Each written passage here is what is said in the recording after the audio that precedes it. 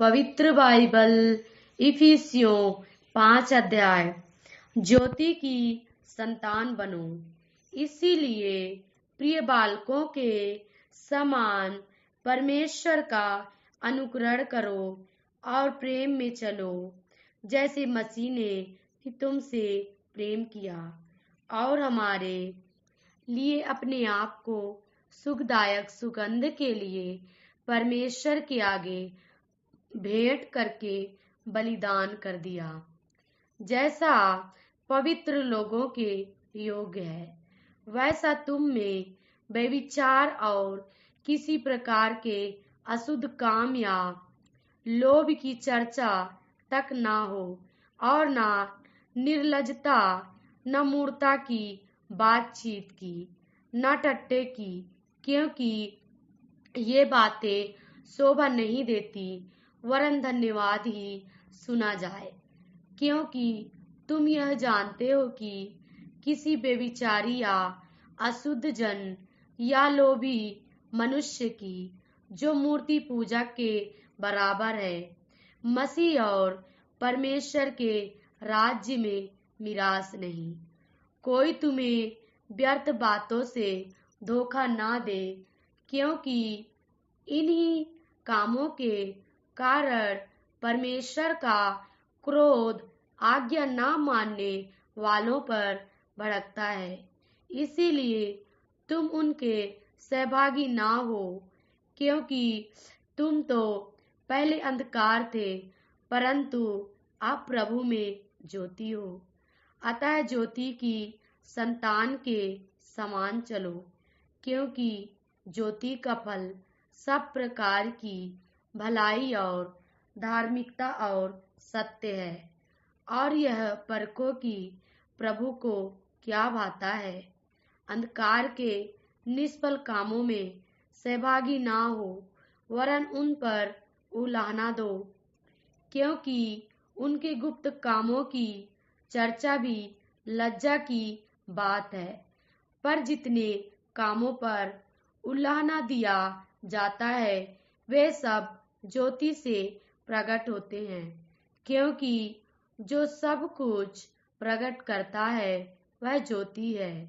इस कारण वह कहता है, हे सोने वाले, जाग और मुर्दों में से जी उठ, तो मसीह की ज्योति तुझ पर चमकेगी।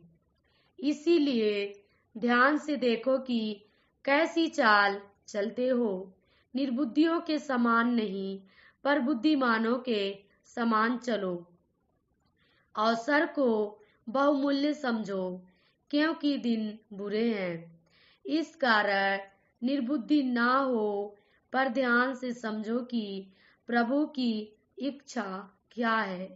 दाख रस से मतवाले ना बनो, क्योंकि इससे लुचपन होता है, पर आत्मा से परिपूर्ण होते जाओ और आपस में भजन और स्तुति गान और आत्मिक गीत गाया करो, और अपने अपने मन में प्रभु के सामने गाते और कीर्तन करते रहो, और सदा सब बातों के लिए हमारे प्रभु यीशु मसीह के नाम से परमेश्वर पिता का धन्यवाद करते रहो। मसीह के भय से एक दूसरे के अधीन रहो। पति और पत्नी। हे पत्नियों, अपने अपने पति के ऐसे अधीन रहो जैसे प्रभु के, क्योंकि पति पत्नी का सिर है, जैसे कि मसीह कलीसिया का सिर है और स्वयं ही देह का उद्धार करता है। पर जैसे कलीसिया मसीह के अधीन है, वैसे ही पत्नियां भी हर बात में अपने अपने पति के अधीन रहे।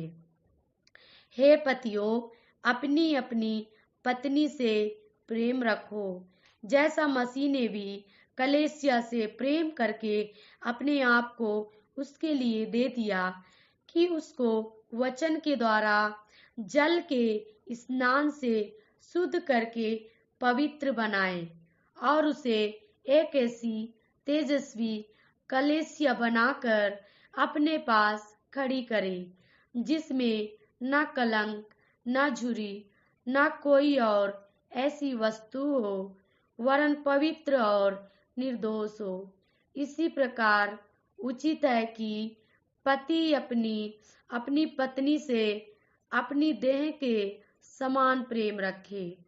जो अपनी पत्नी से प्रेम रखता है वह अपने आप से प्रेम रखता है, क्योंकि किसी ने कभी अपने शरीर से बैर नहीं रखा, वरन उसका पालन पोषण करता है, जैसा मसीह भी कलीसिया के साथ करता है, इसीलिए कि हम उसकी देह के अंग हैं। इस कारण मनुष्य अपने माता पिता को छोड़कर अपनी पत्नी से मिला रहेगा और वे दोनों एक तन होंगे। यह भेद तो बड़ा है, पर मैं यहाँ मसीह और कलीसिया के विषय में कहता हूँ। पर तुम में से हर एक अपनी पत्नी से अपने समान प्रेम रखे और पत्नी भी अपने पति का भय माने। आमीन। प्रभु यीशु मसीह आप सभी को इन वचनों के द्वारा आशीष दे। सभी को जय मसीह की। पवित्र बाइबल इफिसियों 6 अध्याय। माता पिता और बच्चे।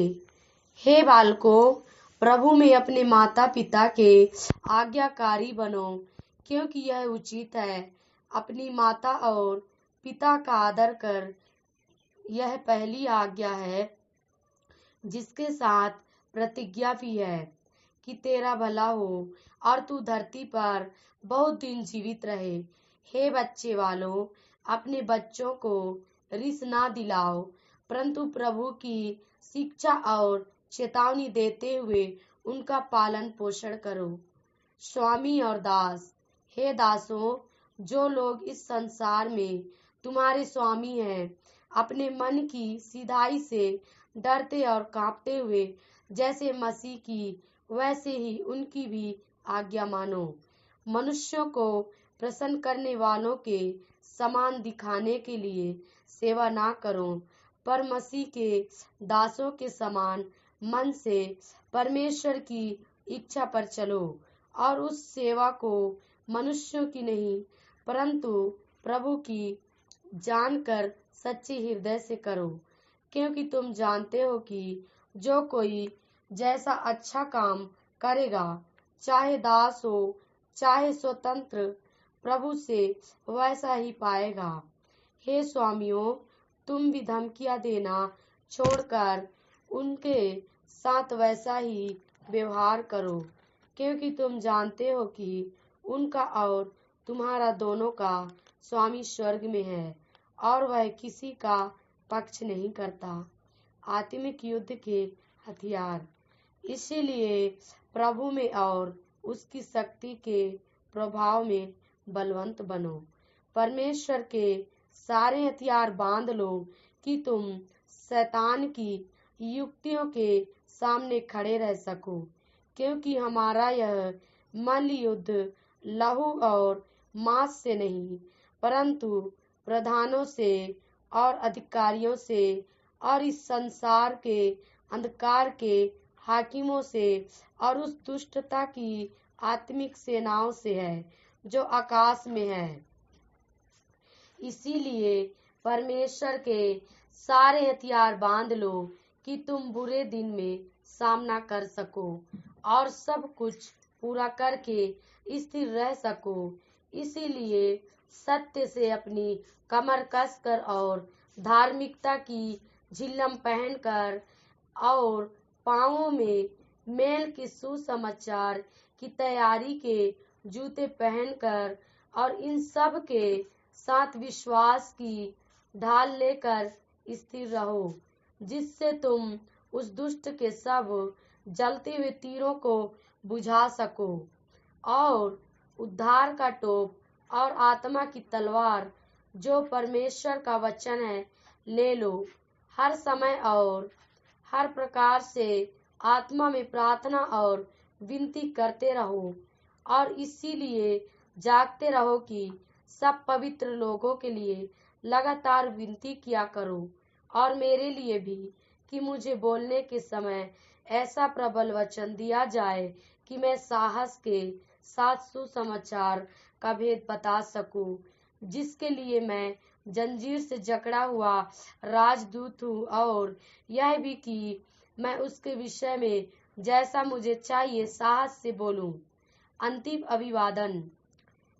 तुखिकुस, जो प्रिय भाई और प्रभु में विश्वास योग्य सेवक है, तुम्हें सब बातें बताएगा कि तुम भी मेरी दशा जानो कि मैं कैसा रहता हूँ।